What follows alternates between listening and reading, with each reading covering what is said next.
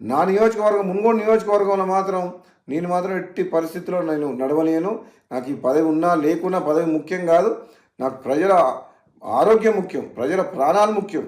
టెండర్లు వేసి wine shop వాళ్ళకి ఏం చెప్తున్నామంటే నేను, మీరు టెండర్లు వేయదలుచుకుంటే వైన్ షాపుల పక్కన పర్మిట్ రూమ్ అని ఉంటుంది. అది మా డే టైంలో తాగుతుర్రు. అక్కడికి వచ్చి అక్కడ అందరి చుట్టుపక్కల ప్రాంతంలో అందరికీ ప్రాబ్లమ్స్ అవుతున్నాయి.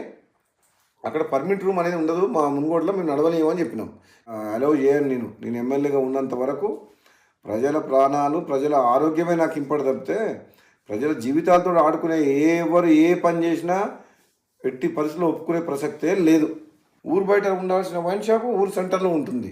బెల్ షాప్లోకి అమ్మొద్దంటే మళ్ళీ దొంగసాటుగా బెల్ షాప్లో అమ్ముతుండ్రు. అది అమ్మొద్దని చెప్తున్నా. ప్లస్ మళ్ళీ వీళ్ళందరూ వైన్ షాపులు అందరూ కలిసి సిండికేట్ అవుతుండ్రు. సిండికేట్ అవ్వడం వల్ల ఏమవుతుంది, రేటు పెంచి అమ్ముతుండ్రు, డూప్లికేట్ అమ్ముతుండ్రు. వేరే మండలాలు, వేరే నియోజకవర్గాలు, వేరే జిల్లా వాళ్ళు ఇక్కడ పార్టిసిపేట్ చేయొద్దు. ఇప్పుడు వైన్ షాప్ లొకేషన్స్ కూడా తప్పున్నాయి. టౌన్లో, సెంటర్లో, పబ్లిక్ ప్లేసెస్లో పెట్టిండ్రు. అది ఊరు బయట పెట్టాలి వైన్ షాప్. అసలు తప్పకుండా ఈ మునుగోడుతో పాటు తెలంగాణ రాష్ట్రంలో ఈ ఎక్సైజ్ పాలసీని సమీక్షించి ఈ ప్రజల ఆరోగ్యం ఖరాబ్ చేసేది కాదు, ప్రజల ఆరోగ్యం మెరుగుపరిచే విధంగా మనం ఏ విధంగా ప్రభుత్వం పనిచేయాలనో ఆలోచన చేయాలని చెప్పి కూడా ప్రభుత్వం దృష్టికి తీసుకుపోతున్నాను తప్పకుండా.